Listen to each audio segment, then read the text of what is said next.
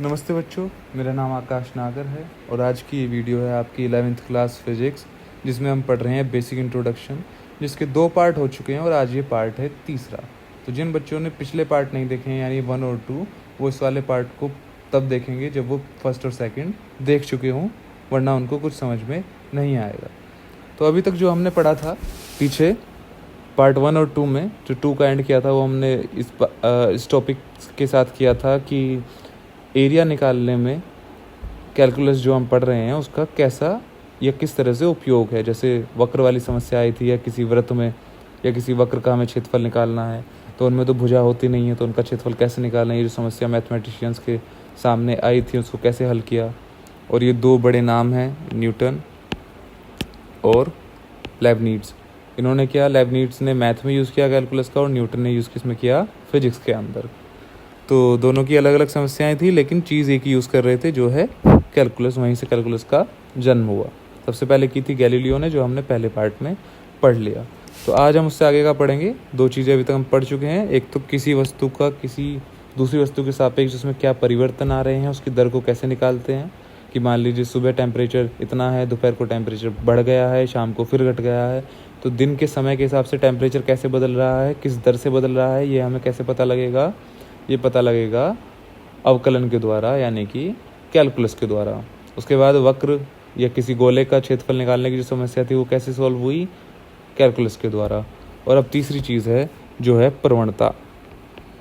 ये सभी ना आपने अभी से पढ़ी होगी, अगर याद नहीं है तो मैं फिर भी आपको बता देता हूँ। प्रवणता होती है किसी भी वक्र का ढाल। ढाल से क्या मतलब है, मान लीजिए ये कोई वक्र है, इसका मुझे ढाल निकालना है, तो क्या करेंगे, इसका एंगल ले लेंगे। एंगल मान लीजिए थीटा है, और उस थीटा का जो टेन थीटा है, थीटा के क्या लेंगे, ये होते हैं ना sine cos tan cot sec cosec, तो जो टेन थीटा होता है उसी को कहते हैं हम प्रवणता। यानी किसी वक्र का ढाल क्या कहलाती है, उसकी प्रवणता। तो जब तक ये लाइन सीधी है तब तक तो ठीक है, यहाँ भी थीटा होगा, यहाँ भी थीटा होगा, यहाँ भी किसी पॉइंट पर निकाल लीजिए थीटा होगा। लेकिन मान लीजिए अभी ये कर्व्ड हो जाए, ये जो आपकी वक्र है ये पूरा ना हो, ये कर्व हो जाए। किस तरह से, अब मान लीजिए ये कुछ इस तरह से है और इसमें वक्र है ये, थोड़ा और ढाल दे देते हैं, वक्र है ये, ठीक है। अब इसकी प्रवणता निकालनी है। अब इसकी प्रवणता निकालने में समस्या ये है कि अगर आप यहाँ पे एंगल नापेंगे, यहाँ थीटा हो सकता है, लेकिन यहाँ पे एंगल फिर चेंज हो जाएगा, यहाँ अल्फ़ा हो जाएगा, यहाँ शायद बीटा। अल्फ़ा बीटा से मेरा, थीटा अल्फ़ा बीटा से मतलब सिर्फ ये है कि ये जो एंगल है ये सेम नहीं है। यानी यहाँ पे थीटा है तो यहाँ पे थीटा नहीं, यहाँ कुछ और है। मान लो अल्फ़ा है, यहाँ पे फिर अल्फ़ा नहीं, यहाँ पे बीटा है, कुछ और है, यानी सेम नहीं है। क्योंकि ये जो वक्र है ये बदल रहा है, ये सीधी लाइन नहीं है। सीधी लाइन होती तो सब जगह एक जैसा होता, लेकिन वक्र में ये समस्या आई। तो अब इसका ढाल कैसे निकाला जाए, ये समस्या भी मैथमेटिशियंस और फिजिक्स दोनों के सामने आई। अब इसको सोल्व करने के लिए भी किसका यूज़ हुआ, कैलकुलस का। तो अब मान लीजिए मैं इसको मिटा के दोबारा बना देता हूँ। आपको इतना समझ में आ गया कि ढाल है तो उसका एक जैसा नहीं होगा, जो हर पॉइंट पे ढाल है वो एक जैसा नहीं होगा। तो उन्होंने क्या कहा कैलकुलस ने कि एक काम करो, इसमें ना 2 पॉइंट ले लीजिए, एक ये एक ये। अच्छा, एक चीज़ आपको पता होगी, ये होती है एक्स एक्सिस, एक्स अक्ष, और ये होता है वाई, ठीक है। उन्होंने कहा कि यहाँ पे 2 पॉइंट हैं, इनको ले लीजिए, इनको मिला लीजिए। ये मान लीजिए डेल्टा वाई, ये डेल्टा एक्स, क्योंकि हमने इनके छोटे छोटे हिस्से लिए हैं, तो ये क्या हो जाएगा, थीटा। तो इससे प्रवणता निकल जाएगी। अब आप ये सोच रहे होंगे कि जो त्रिभुज होता है या जो ये हम बनाते हैं ट्राइंगल, ये इस तरह का होता है, ये लाइनें सीधी होती हैं, यहाँ पे थीटा।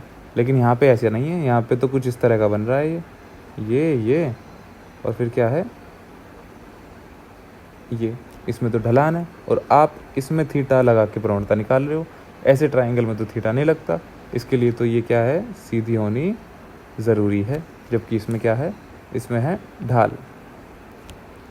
तो बात आपकी सही है, लेकिन इसका कैलकुलस ने किस तरह से हल दिया। उन्होंने कहा कैलकुलस में कि मान लीजिए ये कोई लाइन है, इसमें आपको वक्र दिख रहा होगा, ढलान दिख रहा होगा, ये सीधी तो है नहीं। लेकिन अगर मैं इसको इतना छोटा ले लूँ, छोटा कर देते हैं इसको, अगर मैं इसको छोटा कर दूँ बहुत ज़्यादा, तो क्या होगा, अब ये सीधी हो गई, अब ये सीधी आपको लगने लगी। तो हमने इसका इतना छोटा हिस्सा लिया जिसमें कर्व ही ना रहे और ये सीधी हो जाए। तो यही कैलकुलस ने किया, उसने कहा कि ये जो पॉइंट है ये दूर दूर मत मानो, इनको इतना पास लेके आओ, इतना पास लेके आओ कि ये लगभग एक ही पॉइंट पे मिल जाएं। अब मैं यहाँ तो मिलाऊंगा तो दिखेगा नहीं, इसलिए मैं थोड़े से दूर लिए, लेकिन उन्होंने कहा इसको बिल्कुल छोटा कर दो, इतना छोटा, ठीक है, और ये एक ही पॉइंट पे मिल जाए। तो क्या होगा फिर, ये जो लाइन है, ये जो वक्र है, ये वक्र वाली समस्या ख़त्म हो जाएगी। और ये जो है ये फिर डेल्टा वाई और डेल्टा एक्स ना रह के ये बन जाएंगे डी वाई और डी एक्स। क्योंकि जब कोई भी चीज़ बहुत छोटी होती है कैलकुलस में लेते हैं हम, तो उसे क्या लिखते हैं, टेंडिंग टू ज़ीरो, जो पहले और दूसरे पार्ट में मैं खूब डिटेल में समझा चुका हूँ। तो ये टेंडिंग टू ज़ीरो है। टेंडिंग टू ज़ीरो का मतलब होता है, ये तीर लगता है इसको बोलते हैं टेंडिंग टू ज़ीरो। इसका मतलब होता है कि शून्य तो है नहीं, लेकिन शून्य के बराबर ही है। ये मैं पहले पार्ट में अच्छे से पढ़ा चुका हूँ। तो शून्य तो नहीं है लेकिन शून्य के बराबर ही है। तो अब ये इतने छोटे कर दिए, इतने छोटे कर दिए, तो ये चेंज हो जाएंगे डी वाई और डी एक्स में। तो अब ये डी वाई और डी एक्स में चेंज हो गए। अब इतना छोटा ले लिया है तो इसको मिटा देते हैं, ये हमने ले लिया है बहुत छोटा। तो ये जो ढलान था, अब ये ढलान भी ख़त्म हो गया और ये ट्रायंगल कुछ इस तरह का हमारे सामने आ गया। अब ये प्रॉपर ट्रायंगल है क्योंकि हमने बहुत छोटा ले लिया है। अब इसके अंदर हम थीटा लगा सकते हैं, ये डी वाई है, ये डी एक्स है। तो टेन थीटा क्या होता है, लंब बटे आधार, यानी d y upon d x, ठीक है। ये लंब होता है, ये आधार और ये कर्ण। तो ये फॉर्मूला किस चीज़ का आया, प्रवणता निकालने का। तो ये फॉर्मूला भी कैसे आया, कैलकुलस की मदद से। कैलकुलस की मदद से हमने क्या है, ये फॉर्मूला निकाला और इससे हमें पता चला कि ढलान कैसे निकाला जा सकता है किसी वक्र का जो कि सीधा ना हो, सीधी लाइन में ना हो, जिसमें ज़्यादा ढलान हो। तो प्रत्येक बिंदु पे कैसे निकालें, तो प्रवणता निकालने का फॉर्मूला आ गया कैलकुलस की मदद से। तो ये तीन चीज़ें हो गई कि कोई चीज़ किसी चीज़ के सापेक्ष कैसे परिवर्तित हो रही है, उसके परिवर्तन की दर, दूसरी किसी भी वक्र का क्षेत्रफल, और तीसरी उस किसी वक्र की प्रवणता कैसे निकाली जाए। तो मेन चीज़ ये जो हमें पढ़ने की, उस हिसाब से ये तीन मेन थे। उसके बाद बात आती है इसके फॉर्मूले की। अच्छा, फॉर्मूले से पहले एक चीज़ याद आई। फॉर्मूले से पहले ये है कि जब ये चीज़ हो रही थी कि किसी भी चीज़ को छोटे छोटे हिस्से में कर लो तो उससे आपकी प्रॉब्लम सॉल्व हो जाएगी, तो कोई इंसान थे, उन्होंने जो इसके ऊपर सवाल उठाया, कुछ होते हैं ना खुराफाती दिमाग वाले, तो उन्होंने इसके ऊपर सवाल उठाया कि मान लो, उन्होंने कहा कि चलो मान लो ये कोई दीवार है, ठीक है। अब मैं यहाँ खड़ा हूँ,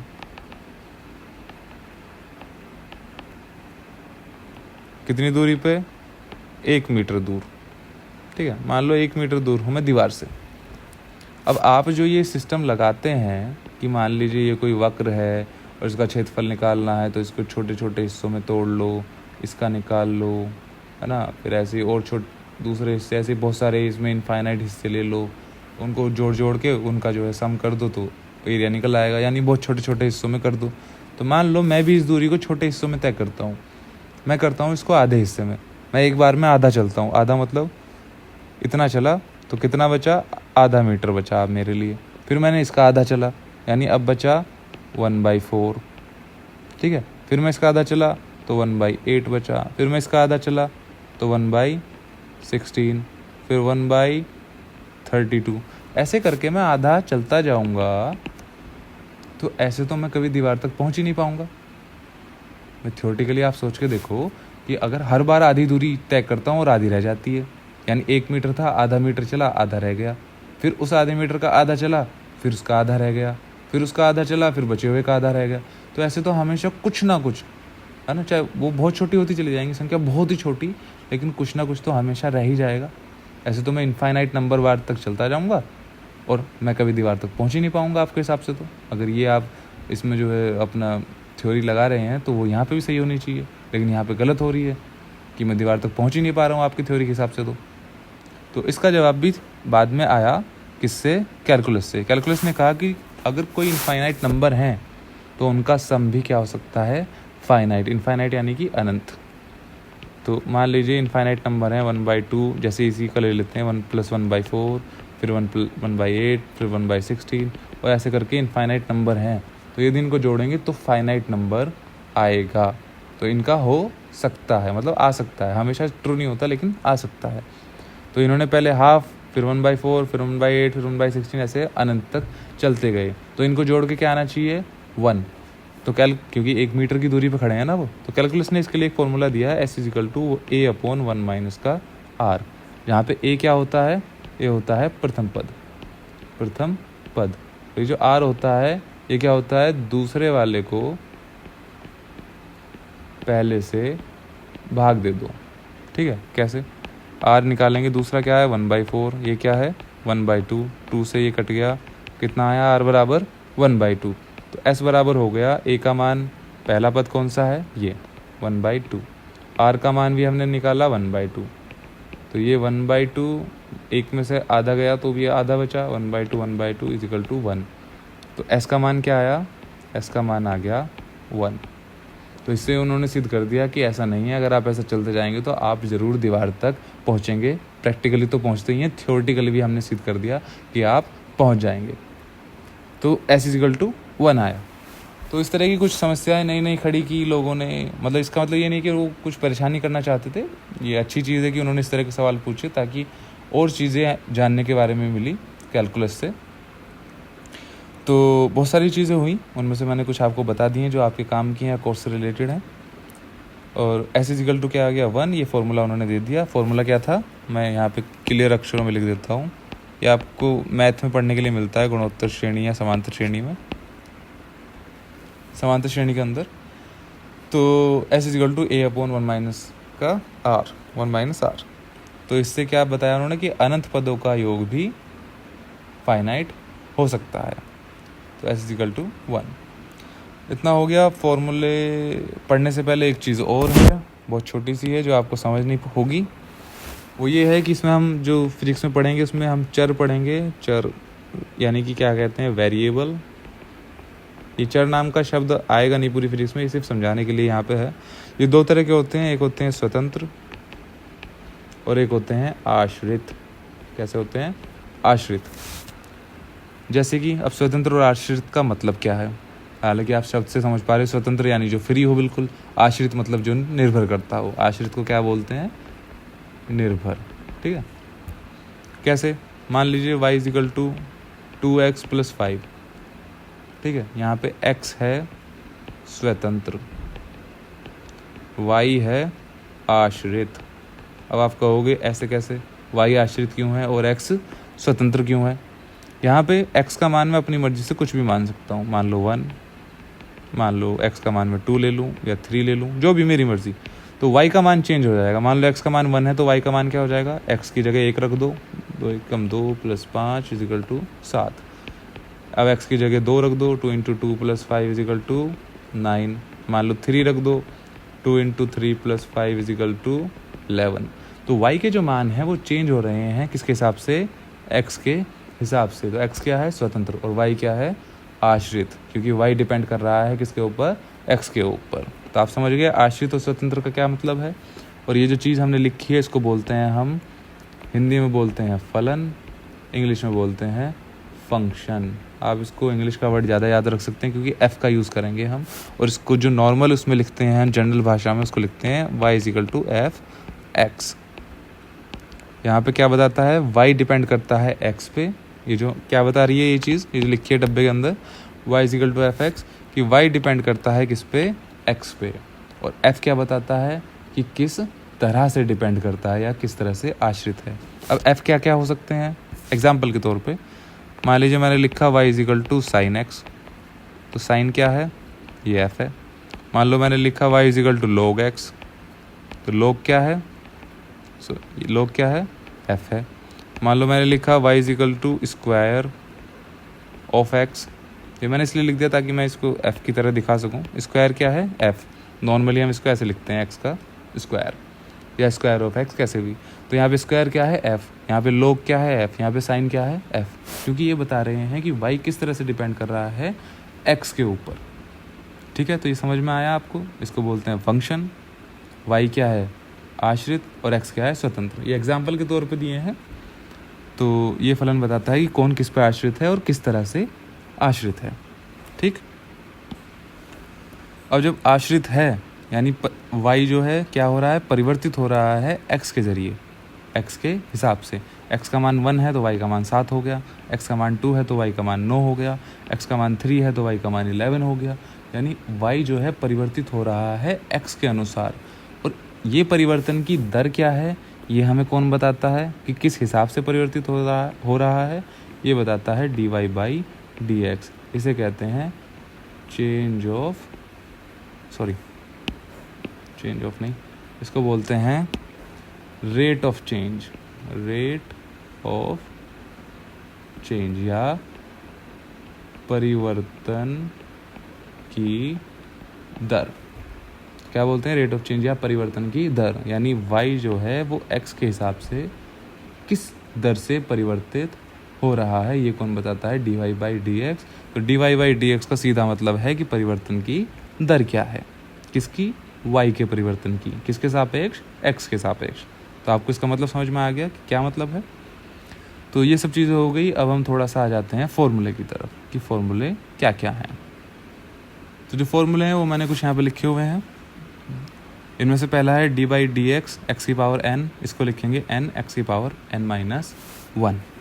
ये आपको याद करने हैं कि किसका मान क्या आएगा अवकलन करने पे। और dy/dx x का करेंगे यहाँ पे सेकंड वाले में x का क्या आएगा, 1। अच्छा, ये जो फॉर्मूला है सेकंड वाला, ये इसी से आया हुआ है, आप निकाल भी सकते हैं अगर चाहें तो। कैसे, यहाँ पे रख दो dy/dx x⁴n है ना, इसमें सेकंड वाले में है 1 रख देते हैं। तो यहाँ को क्या होगा, 1 × x⁴1-1, 1 × x⁴0। और किसी भी संख्या की अगर पावर 0 है तो उसका मान क्या होता है, 1 × 1 = 1। तो यहाँ पे क्या आ गया, 1। ठीक है। थर्ड वाला dy/dx c, यहाँ पे c का मतलब क्या है, कांस्टेंट यानी कि नियतांक यानी कि जो नियत रहता हो। नियत से मतलब जो चेंज ना होता हो। अब जो कोई चीज़ चेंज ही नहीं हो रही, जिसमें परिवर्तन ही नहीं हो रहा, तो उसके परिवर्तन की दर क्या होगी, 0 यानी 0।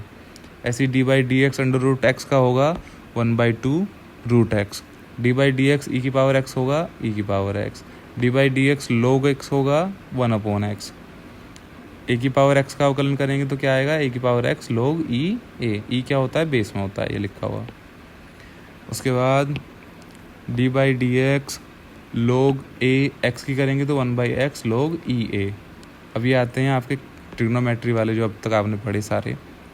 sin x का अवकलन cos x का अवकलन -sin x, tan x का अवकलन sec²x, cot x का अवकलन -cosec²x, sec x का sec x tan x, और cosec x का -cosec x cot x। तो आप ये सभी फॉर्मूले अपनी कॉपी में नोट कर लेंगे। अपनी कॉपी आप यहीं से बनाएंगे जहाँ से ये फॉर्मूले लिखाए जा रहे हैं आपको। इससे पहले जो था वो सब समझने का था, उसमें नोट करने का। अपने हिसाब से आप कुछ करना चाहें अपनी समझ के लिए तो आप कर सकते हैं, और बाकी आप यहाँ से तो नोट करेंगे जहाँ से ये फॉर्मूले आपको लिखाए जा रहे हैं। आज 14 फॉर्मूले इस वीडियो में लिखाए गए हैं आपको। इसके बाद जो बचे हुए हैं वो अगली वीडियो में अगले टर्न पे पढ़ाए जाएंगे। आप इनको याद कर लेंगे सभी फॉर्मूले को, ये जितने भी हैं। आप वीडियो रोकेंगे, पॉज करेंगे एक जगह जहाँ पे आप जहाँ तक उतारने हैं, उसके बाद फिर नेक्स्ट जैसे ही आते हैं वहाँ पे पॉज करेंगे, फिर उतार लेंगे। ऐसे करके 14 के 14 फॉर्मूले अपनी कॉपी में आपको उतार लेने हैं। तो आज हमने फॉर्मूले की शुरुआत की है, कुछ लिखा दिए हैं, बाकी जो बचे हैं वो आपको नेक्स्ट टर्न पे लिखा दिए जाएंगे। उम्मीद है आपको इतना समझ में आया होगा। इसका अच्छे से रिवीजन कर लेंगे जो अभी तक 3 पार्ट हैं। उसके बाद हम चौथी वीडियो में मिलते हैं जिसमें कि आपको आगे के फॉर्मूले लिखाए जाएंगे। Thank you.